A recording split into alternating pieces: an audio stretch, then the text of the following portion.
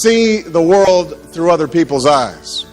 Now, empathy is a quality of character that can change the world.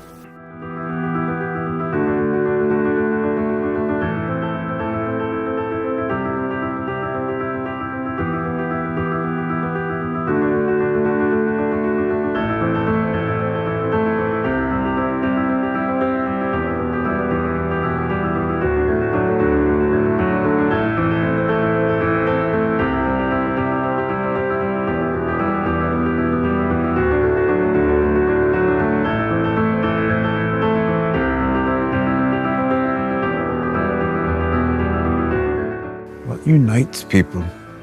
Armies, gold, flags, stories. There's nothing in the world more powerful than a good story. Nothing can stop it. If you want to stand out from everybody else, you need to get into storytelling. Draw a different frame around the same set of circumstances and new pathways come into view. Welcome to ARTEFACLive with me, Scott MacArthur, where we look at the art and science of story. We don't care who you are, whether you're a bricklayer, a professor or a speaker, all we care about is you being a good storyteller. Thank God the drama's arrived. It's time to realise that facts tell, but it's stories that sell. Get me some nasty and get it now or someone's getting shot. And that's a niche of a niche of a niche of a niche of a 1,000 comments. Selling a hemorrhoid cream to someone who's got hemorrhoids. Got a whip. I was born into a deep contradiction. This stuff's magic. God, that's so clever.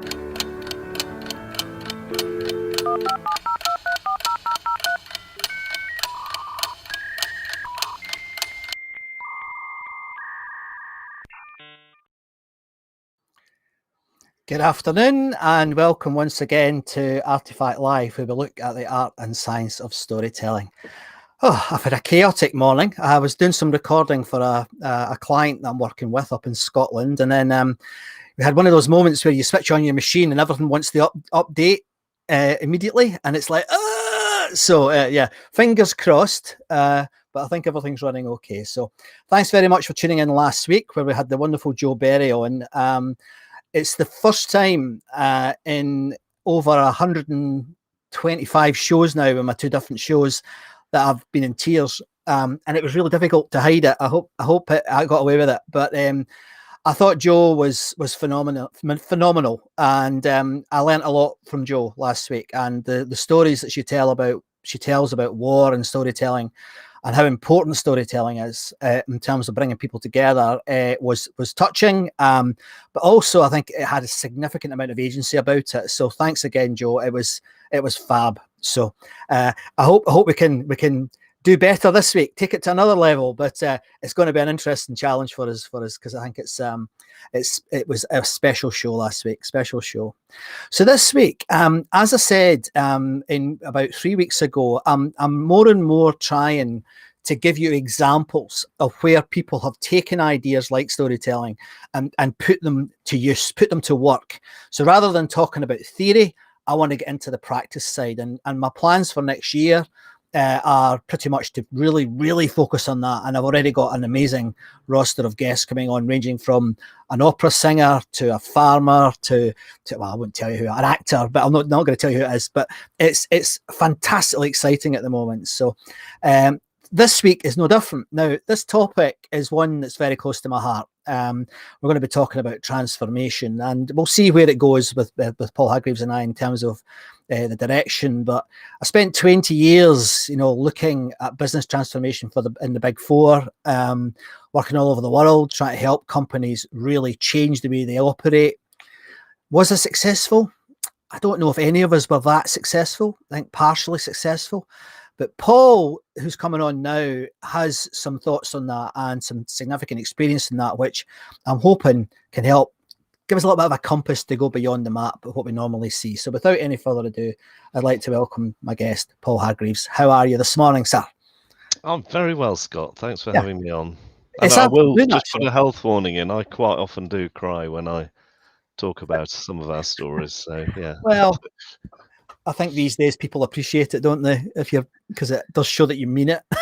Yeah, and I think certainly in the business world, which I'm in, it used to be Yeah, a real taboo, didn't it, crying yeah, in business meetings? But it's suddenly it's okay. yeah. It's interesting how it's all changed. That's maybe come back to that actually, because I think that in terms of the future of work, Paul, would be something I'd like to maybe dig into a little bit more about the emotional side of things. Mm. Could you tell everybody though what it is you do, and then we'll drill down into some of that though. So over to you. What is it? What got you here, Paul? Okay, so well, that could be a long story, but Yeah. I very briefly, I was a salesperson. The only time I've been gainfully employed, I was a salesperson for 3 years, and as you know, sales is all about telling stories. Yeah.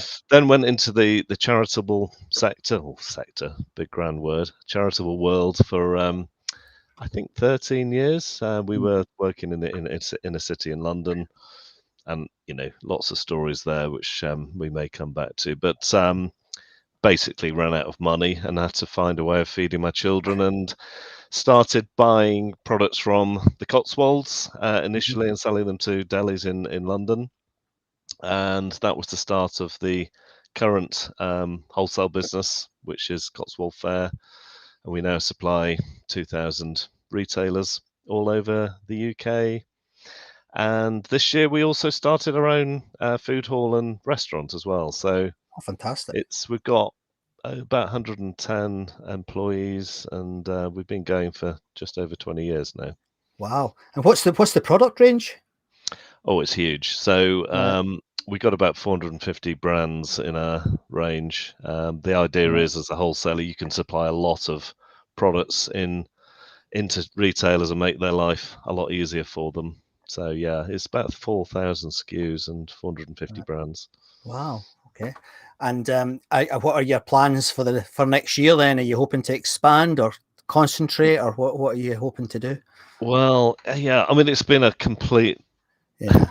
roller coaster. I was just having a conversation with someone actually that any sense of when we probably need to get a bit better at strategic planning, but if we had had any plans for the last 2 years, they would have been completely blown out of the water. So we've Yes. actually more than doubled in size the business since the beginning of COVID, which has Wow. been a challenge, Yeah. just keeping our head above water. So next year, I would really like to be able to do some proper planning and feel a bit more in control of things. Yeah. Yeah, we're launching frozen next year as another new category. We've got chilled and ambient currently, so that's probably the Okay. next big thing. Probably the year after that, we'll open another Okay. retail business. And what's your target market, Paul, just for interest? Is it the big retailers, or is it anybody at all, or what? No, we do a bit with them, but it's mainly the independent retailers. So Right. that's why we've had a good 2 years. Everyone has Yes. shopped more locally, gone to their farm shops, their village shops, their Yeah. butchers even. So it's 85% of the business is independent retail. Mm-hmm. The part of your work that really, when I think I met you, it wasn't long ago, was it? It was about a year ago, maybe online. It was Oh, via yeah, one of these. yeah. One of the things that I'd never heard of, I have to be honest, that popped up on your profile was that you're a B Corp Ambassador. Now, I hadn't heard of that, and when I started to see what you were writing and what you were saying, I thought, oh, I need to be interested in this. Can you tell us a little bit about what that's all about? Yeah. So B Corp, I mean, I don't like the word in a way because it sounds a bit American, which was my first reaction to. I Yeah. first heard about B Corp in 2014, and basically they are businesses that are putting people and planet first, and they are for-profit businesses. We are, but we believe that if we put people and planet first, we'll actually end up making more profits anyway. So the movement started in the UK in 2015. We were one of the first companies to well, sign up is the wrong word, because you have to pass a kind of fairly rigorous certification process. You've got to change your articles of association. That's the kind of law of the company, Yeah. to exist for the benefit of all stakeholders. Most businesses exist for the benefit of one group of people. That's the shareholders or owners, which Yeah. is one reason why the planet is in such a mess and why we've got more inequality in the world than ever before, because profits have come way before anything else, and there's a lot of greedy people in the world have made the world a bit of a mess, and that's what we're trying to recover from now. So, yeah, I mean, now there's it's grown massively actually. So a lot of people who hadn't heard of B Corp, we talked about it for years, but until probably around the beginning of COVID, actually, suddenly people became a lot more aware of it. So there are, I think there's 650-ish companies in the UK that are B Corps. Totally employing about 34,000 people in total, and I think the revenue, if you add up all the UK companies that are B Corps, is about 12 billion, I think. Right. Yes, that's right. Okay. Which funnily enough, I just had an ambassadors meeting. So, yeah, so I talk about that to other businesses, encouraging them. And it's a much easier job now, to be honest. I think businesses during COVID have realized that they've got to, they're going to lose customers unless they can show that they're actually making the world a better place. So I go and talk to other companies about being a business for good, basically, is what I talk about. And it's the movement's grown massively in the last year to 18 months. I mean, it absolutely fascinates me, this. But I have to ask the question, we've been there before, haven't we? I mean, we've had the fourth bottom line, we've had investors and people, we've had various other types of badges. And my experience, certainly with investors and people, I mean, what a load of nonsense. In multiple companies, you know, I went through IIP in about 6 or 7 different companies. How is it different? I mean, you've started to explain why, because the environment has obviously become much more positive towards this sort of thing. And I mean, I'm all for it, but it's getting I mean, I'm very interested. I'll come back next question about the shareholder. But what is it that you think this offers that might be different to what we've had before? I think the big shift is particularly in the younger generations. They don't just want to go to work anymore to pay the mortgage or rent. They want to, sure, they need to do that. We all do, of course, but they want to make a difference somehow by the company they work for. And I think companies have realized that unless they do this, well, it's already happening. We've recruited a lot of people in the last year, and we've taken them from much bigger, more well-known companies than us because of what we stand for. And they're going to be, I mean, lots of businesses have gone out of business during COVID. And generally, they're the ones that haven't been doing this. And I think one thing that has happened during COVID is that businesses have realized they will lose customers unless they start doing this stuff. And I think consumers also are a bit more savvy these days about greenwash and purpose wash, and they can see through a load of I'm not sure if I'm allowed to swear on You this. swear if you like. No, I'm not into that nonsense either. Corporate bullshit, basically, and that really annoys them. So I think the kind of authenticity of genuine businesses that are absolutely really wanting to make a difference, that it's embedded in their DNA. I think consumers and buyers can pick that up from the people who are just talking about it for good PR reasons. Yeah, because I think that is what happened with the sort of corporate responsibility, social responsibility movement. And I hate that CSR. As well. Terrible. It was bullshit. And I mean, and I have to be honest, I was back in the day, I was an HR director and I was involved in that bullshit. So, you know, and I know it was a tick box exercise. You know, I was there, I was ticking the boxes, Paul. And to some extent, everything like that, you have to start with good intentions and wanting to do the right things. And sometimes initially there is a bit of box ticking going on, but it's with good intentions. And I think that the transformation happens when that really becomes embedded and it is deep inside people, not just a policy on a wall or a whiteboard or a company handbook. Yes, when you mentioned the word now, transformation. I mean, it's all over. It's so obvious. It's so everywhere that I think my personal view is it's almost meaningless. You know, everyone's talking about corporate transformation, personal transformation, product transformation, shareholder transformation. Geez, you know, it is getting, to me, it is more bullshit. I'm absolutely sick of it. And again, I was guilty of it. Yeah. But what you've said already, you know, about how the intention that, you know, how, you know, people want to change, want to do things differently. I kind of feel there is I mean, as an ex-biologist, I mean, we would talk about metamorphosis rather than transformation, because metamorphosis is where you can never go back. Yes. You know, a caterpillar turns into a butterfly and it can never go back to being a caterpillar. Whereas, Some people want to probably, but yeah. well, I mean, I know some very large companies that I won't mention, but who have been going through transformation in the same department for 20 years, just gone through the different consulting firms, and nothing's changed at all, and so how is it then? This is where, I mean, this now gets speculative. I understand that, but from your experience, which I think is fascinating, how does, if a company really, if the chief executive and the board have got the message, we need to change the way we operate. We need to think about, what do you call it? People, purpose, planet, whatever. I don't know the right phrase, but where do they start?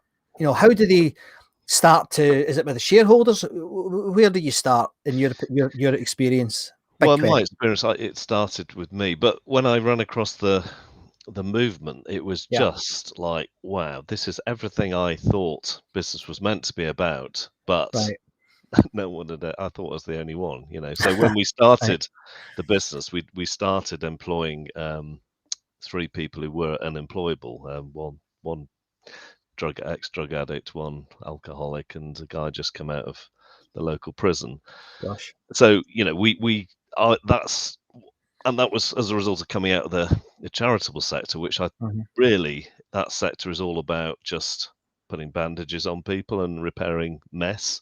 It doesn't really embed anything new. So when I started a business, having come from that, I wanted to make a difference. But yeah, it was discovering suddenly there was a load of other people who believed the same as me. So yes, I drove it initially. And I would say it took about 2 years for it to truly get embedded in the company. And the way we did that actually was to create I think it was 5 what we call change groups in the company, looking at different areas of the business, the people side, planet and community and stuff like that. And the only rule of those groups was no one on the leadership team could be in them, but their brief was to come up with good ideas and say, look, how about we do this? And 95% of the time we said, yeah, go for it, brilliant. So that's the way it got kind of embedded. And I think a big moment for me, we produce an impact report every year, which basically tells the world what we've done as a company over the last year, or the community stuff and the environmental stuff. And it was a really, and I think this was, when was that? Probably a couple of years ago, and I picked up our impact report. Not this one. This is our most recent one. Okay. But looked through it, I thought, this is it, because most of what was in there wasn't me doing it. It wasn't even the leadership team doing it. It was stuff that people were doing in the company, and that for me, that was the moment I thought, yes, obviously we got a long way to go, but that was the moment we thought, actually, yes, this is now embedded. People believe in what we're doing, they get it, and they're doing something about it. Fab. And so someone in LinkedIn has just said, here's a nice plug for you here.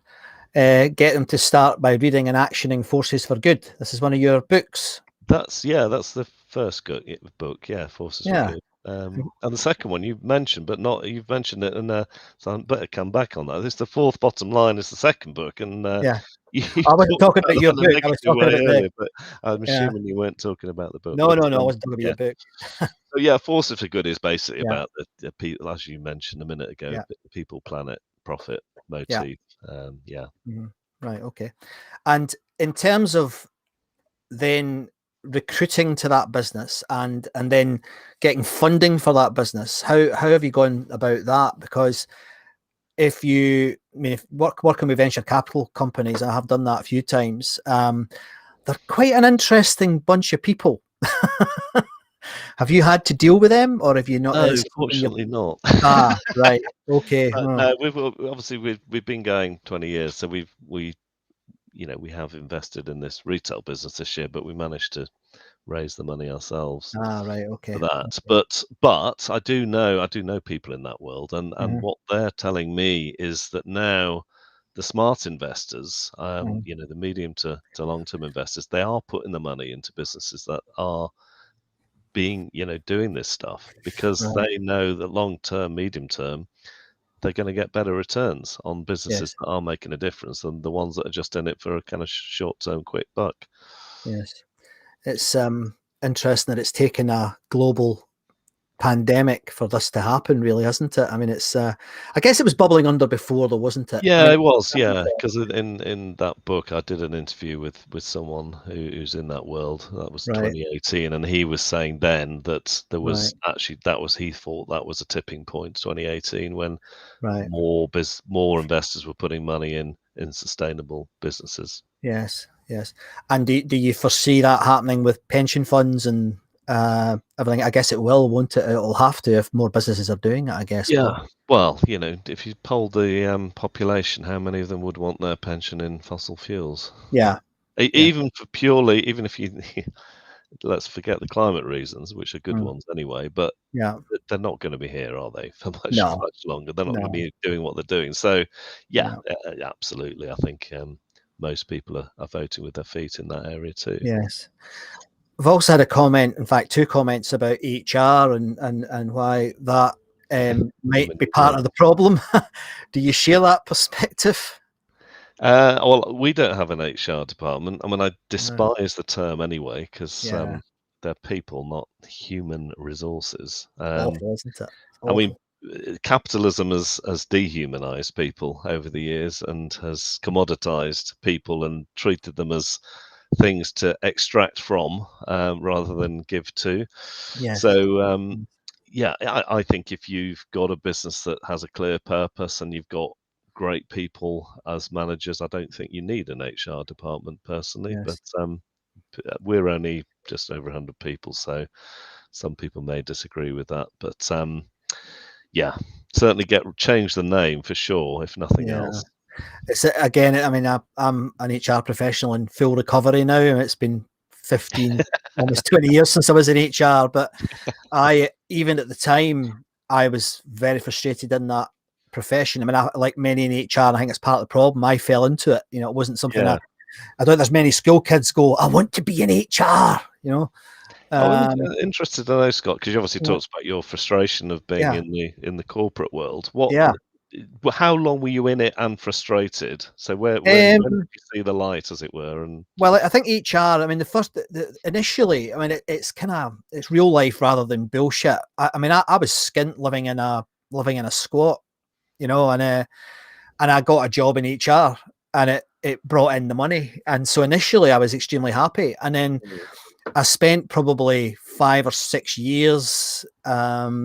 I was very lucky. I was working for British Gas, Paul, and they were a fantastic company, and they invested a ton of money. So one of the ironies at the moment is, one of my most senior job at British Gas when I left to become a director somewhere else was actually head of welfare. And of course, that all got taken out by the sort of the end of the Thatcher era and the post-Thatcher era. And it's all coming back now. So it's quite interesting looking back. There's a cycle here.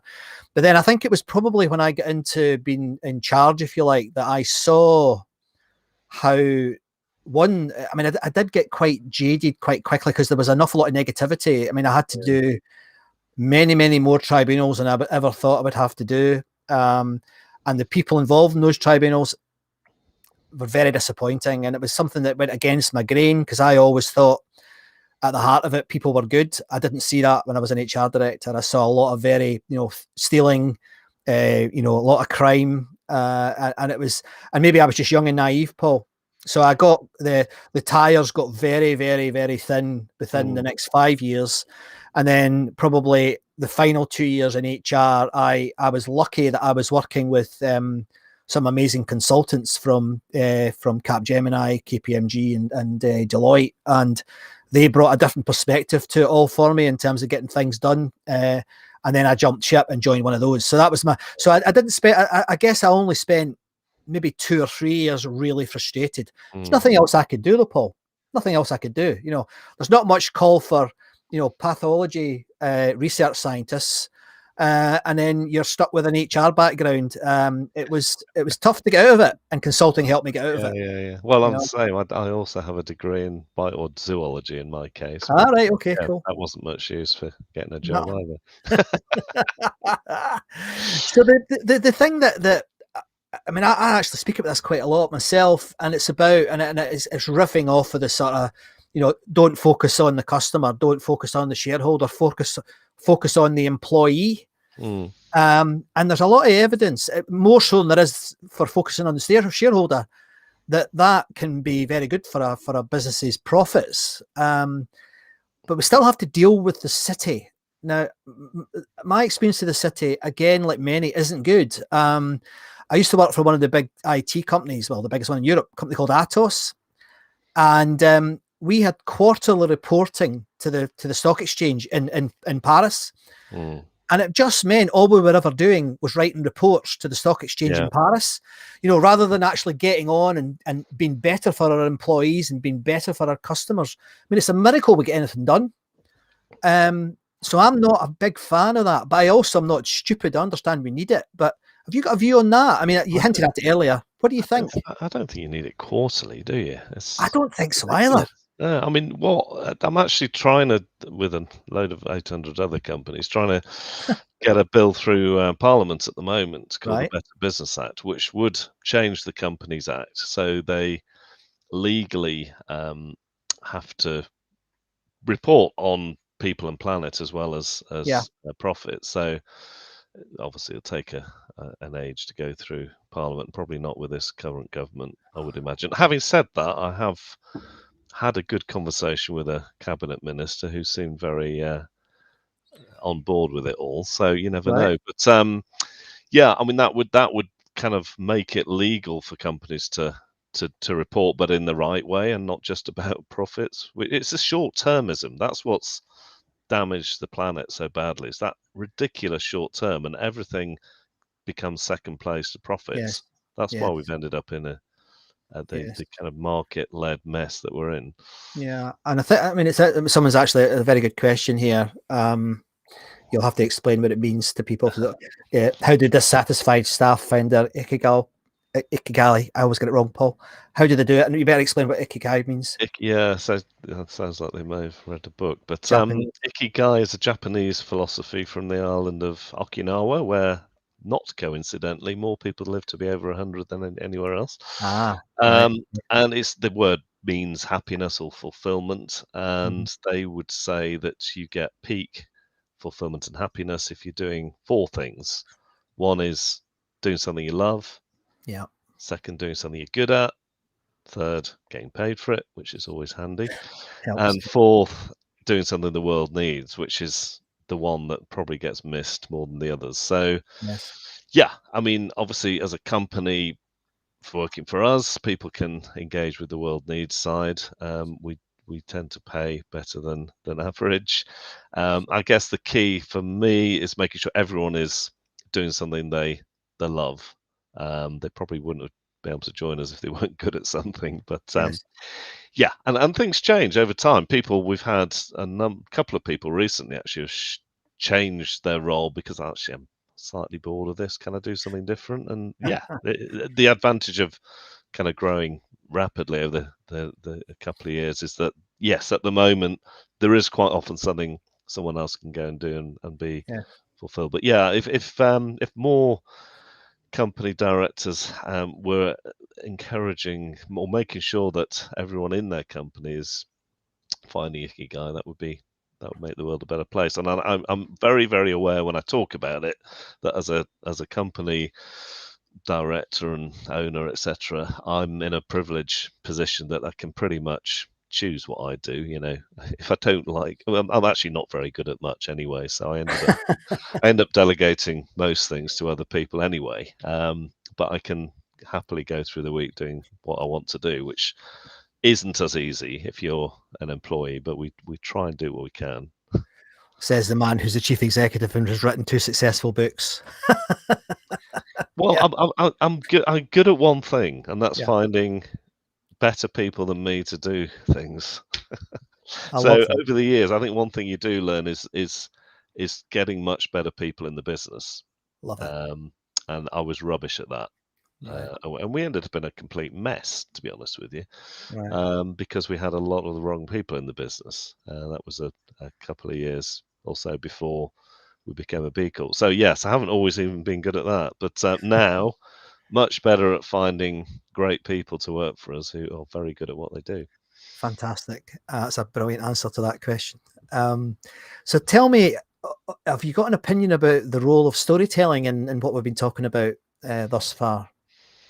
Yeah, I mean, I think, to some extent, everything you do in business is about stories, isn't it? I've already mentioned the sales. So, yeah, we have a large sales team, and I encourage them to always have a story about all the different brands that they sell. I mean, I'll give you an example. It just sprung to mind. This is not a brand I don't think it even exists anymore, but we used to have this brand of cereal called Spoff.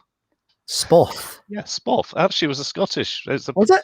It's an appropriate story for this. Excellent. Yeah. So this cereal called Spoff, muesli and stuff like that. Yeah.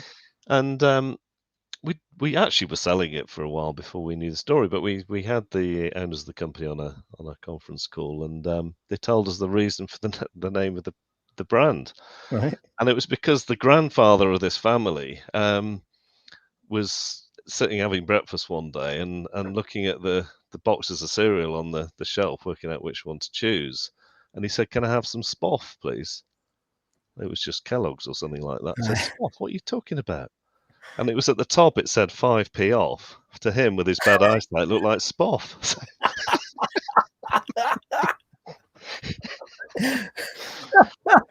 Excellent. But anyway, back to your question. Yeah. So Bring back Spoff. I love that. That's great. yeah, I can add it to the Scottish dialect. Yeah, story. I mean, part of our evolution as a business has been about telling a story to those that work for us. When we started our retail restaurant business this year, before we did any recruitment, we told the story of what we believe in as a business, and that is, I think we're getting better at it, which is one reason we've got much better people in the business now. So, and one thing I was concerned about with starting something brand new, and it's 60 plus miles away from our main office, was could we get the story of Cotswold Fayre retold in another place with a load of brand new people who'd never worked for us before? That was my biggest concern this time last year.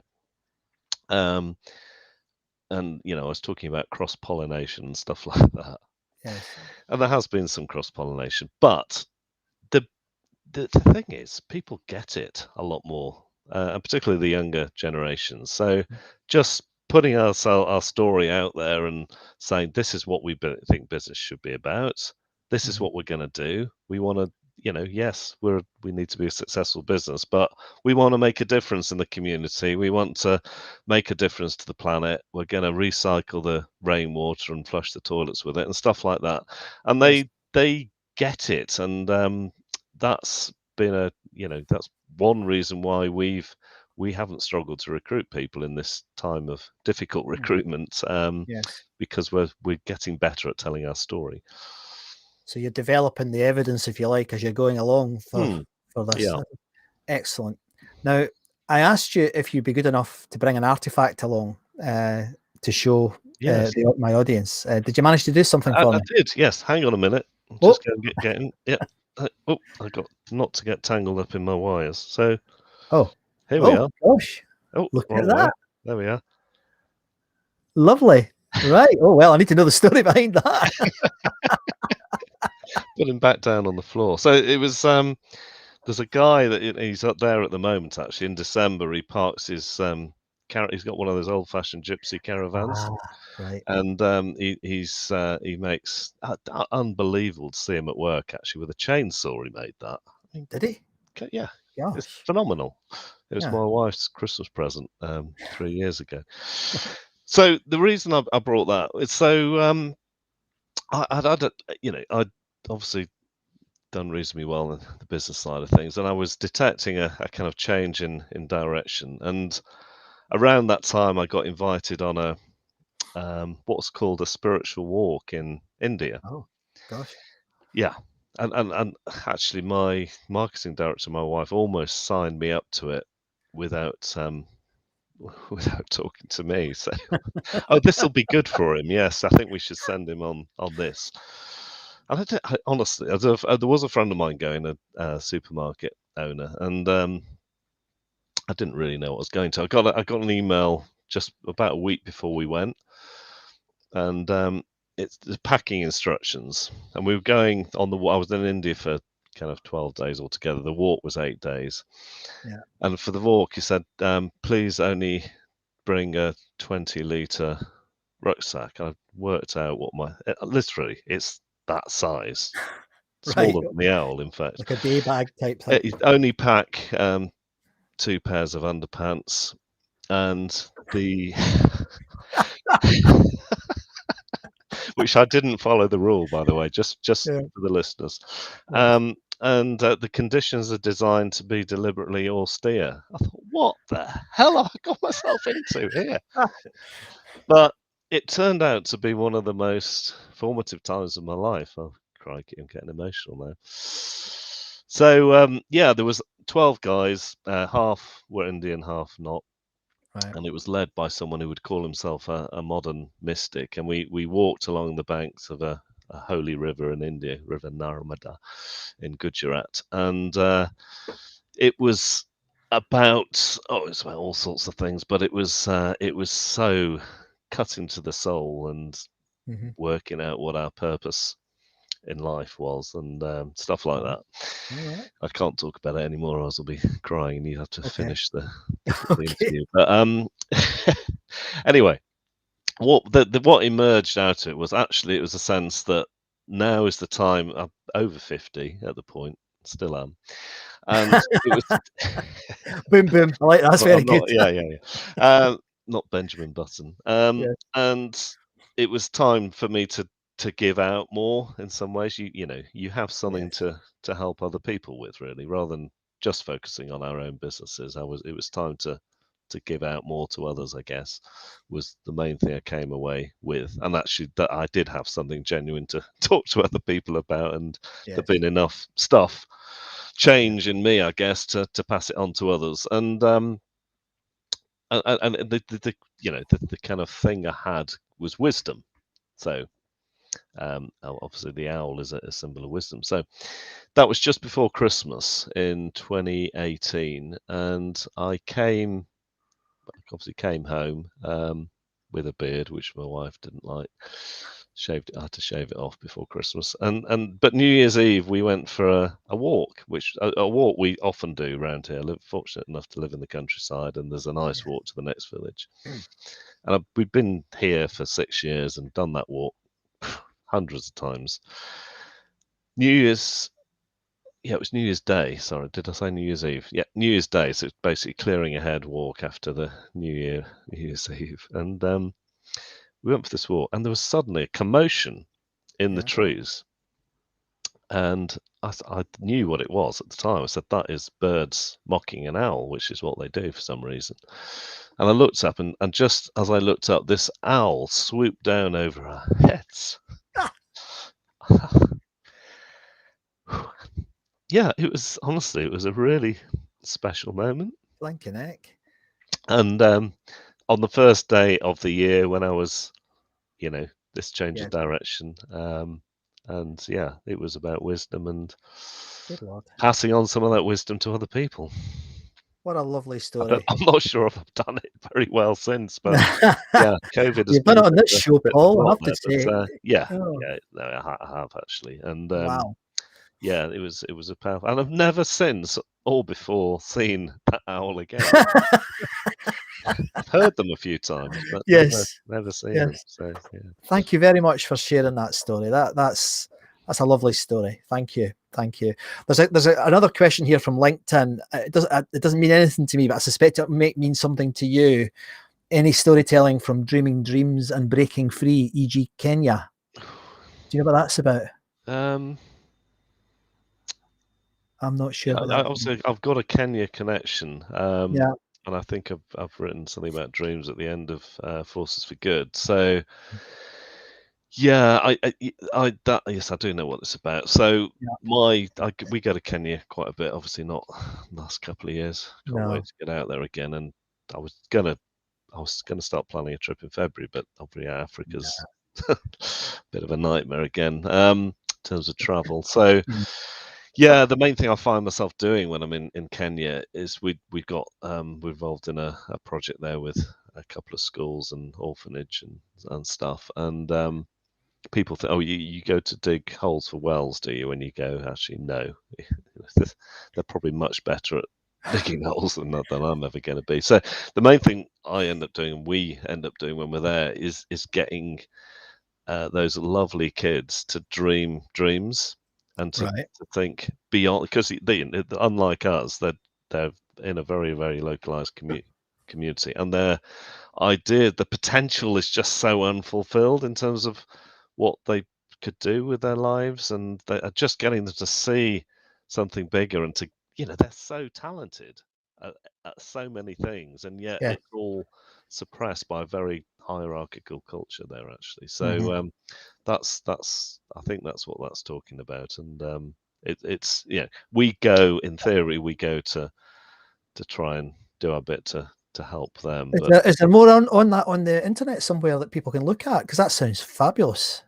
yeah, well, there's a couple of chapters on that in Forces for Good. All right. Okay. Yeah, there's a Okay. bit on our company website as well. Okay. Okay. But the most amazing thing with doing that work has been the taking teams there. Right, let's go and help them. And actually, what ends up happening is they get helped more than they're helped, just by being impacted by people who are absolutely nothing and yet are incredibly happy and resilient and probably better human beings than we are.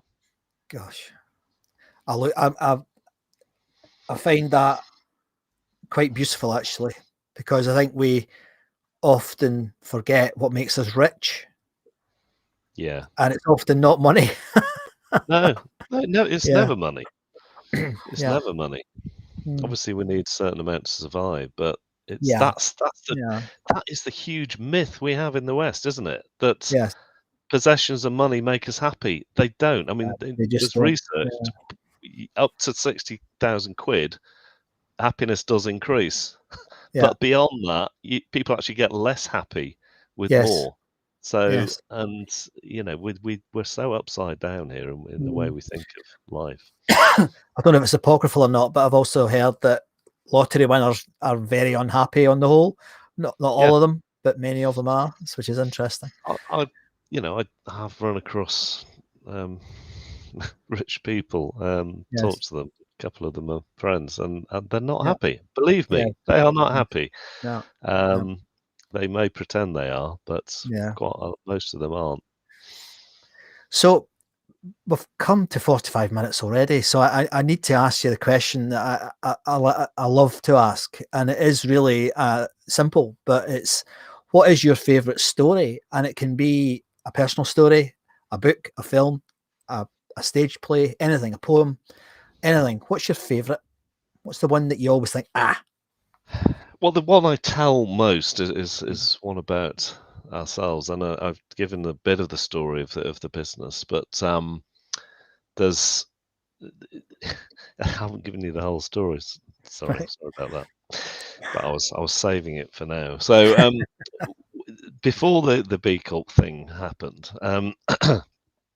I had probably 5 years of not great things happening in my life. So marriage split up, and I had malaria actually as well. Oh, That did was you? that was one of the Oh dear. legacy of Kenya. But in 2014, we had an absolutely mammoth meltdown for the company. We almost lost absolutely everything. And by that time, we were, I think it was turning over about 9 or 10 million and had nearly 50 people working for us. And I won't go into the details because we're running tight on time, but we had a computer put in a new warehouse management system. Everything went wrong.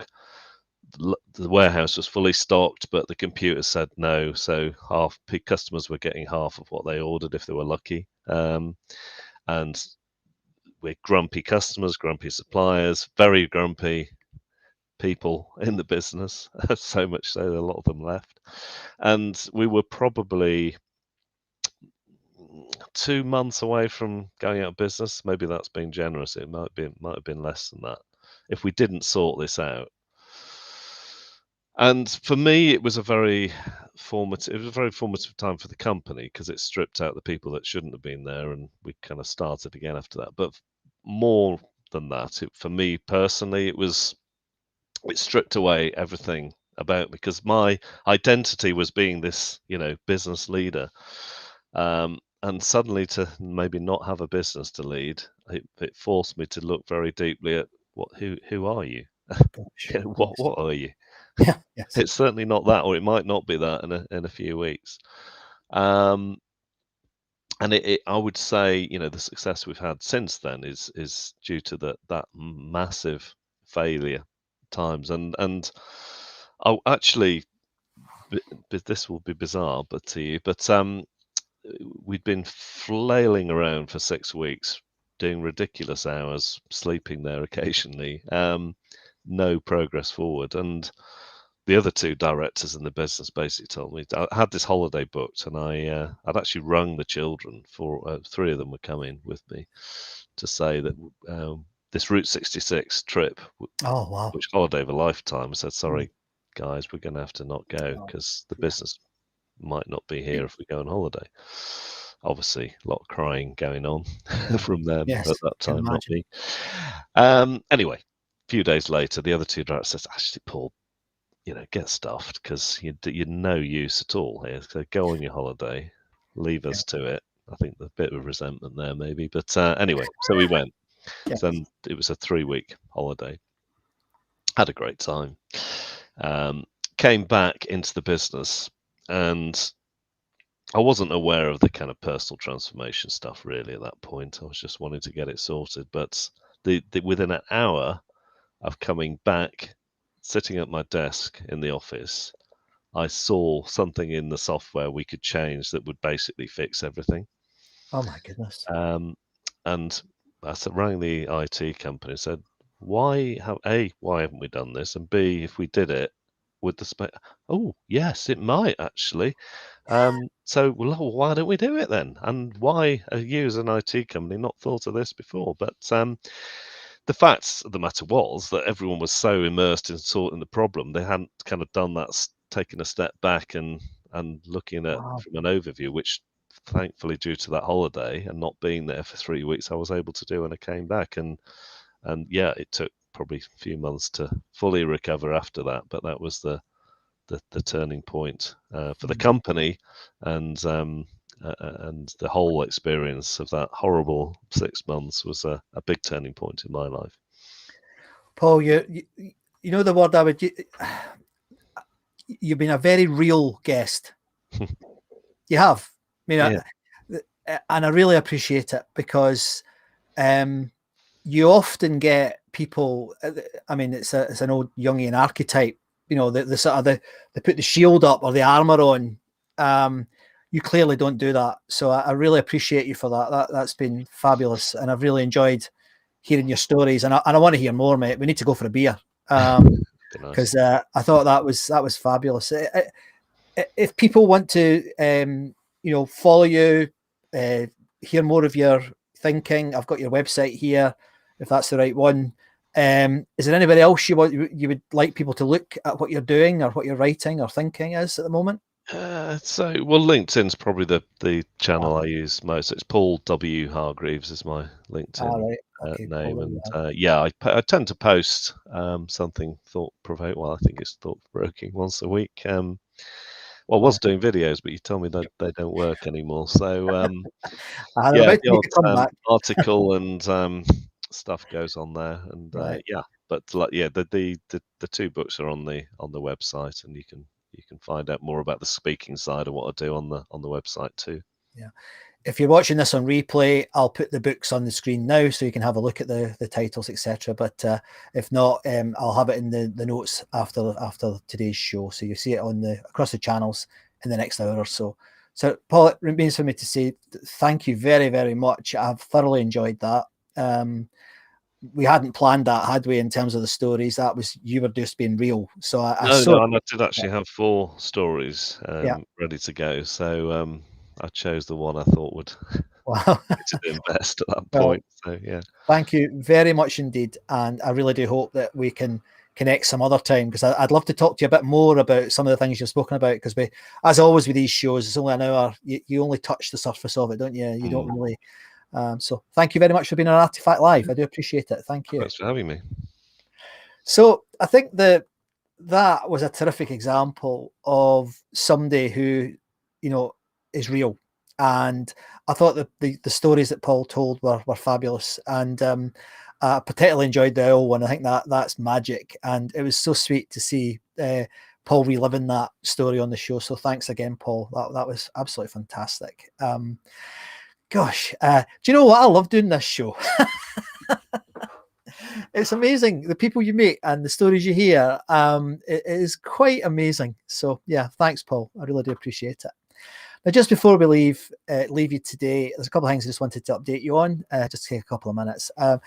Normally, I'm doing the interviewing, but unusually, I've just done a show. I don't really have time to do many podcasts, but Amy Rawlinson asked me if I'd gone to her shows, and I said yes. So it's just been launched today, and in that, I talk mainly about time and about time well spent, as you'd expect in the future of work. So if you are interested in hearing me doing more of the speaking, please pop over to Amy's Focus on Why show. It's all over the place. She runs a really good shop there. So you go into iTunes, Focus on Why, you'll find me on the show right now. So thanks, Amy, for having me on the show. So that really leaves me with what I say every week to you. And I think Paul just demonstrated it beautifully, that, you know, you need to keep your eyes and your ears open this week as every week, because as Paul just demonstrated, there can be something happening in your life, a story can appear that can change the world. Thank you very much for tuning in to ARTEFACLive once again, or on replay. I do appreciate you all. My name is Scott MacArthur, and I will see you next week.